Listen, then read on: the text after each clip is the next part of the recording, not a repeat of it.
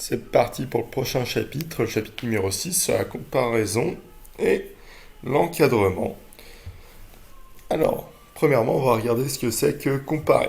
Alors déjà, nous, on va pas se comparer les uns les autres, on va pas comparer des objets, rien du tout. Comme dirait Bill Gates, le fait de se comparer aux autres, c'est s'insulter soi-même. Donc nous, on va comparer deux nombres, tout simplement.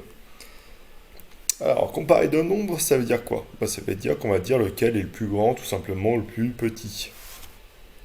Ou autrement dit, avec d'autres mots, lequel est supérieur ou inférieur à l'autre. Donc, pour comparer des nombres, on va utiliser les symboles suivants. Donc, ces deux symboles-là. Donc, ça veut dire ce nombre à gauche est plus petit que le nombre à droite, et là, ça veut dire que le nombre à gauche est plus grand que le nombre à droite.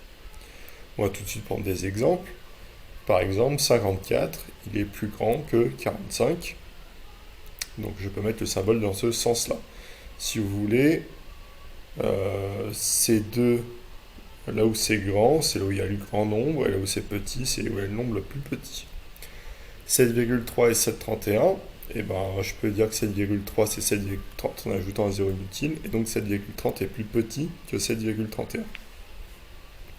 On peut également lire que 45 est plus petit que 54 et que 7,31 est plus grand que 7,3. En fait, ces symboles-là, on peut les lire comme on veut, tant que ce qu'on dit, c'est vrai.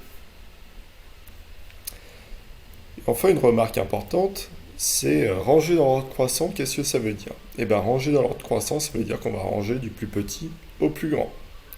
Donc, si on veut, là, si on prend de la gauche vers la droite, mes petites poupées russes pingouins, elles sont bien rangées dans l'ordre croissant.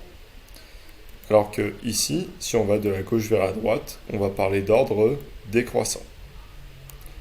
Donc voilà ce qu'il y a à recopier pour la prochaine fois.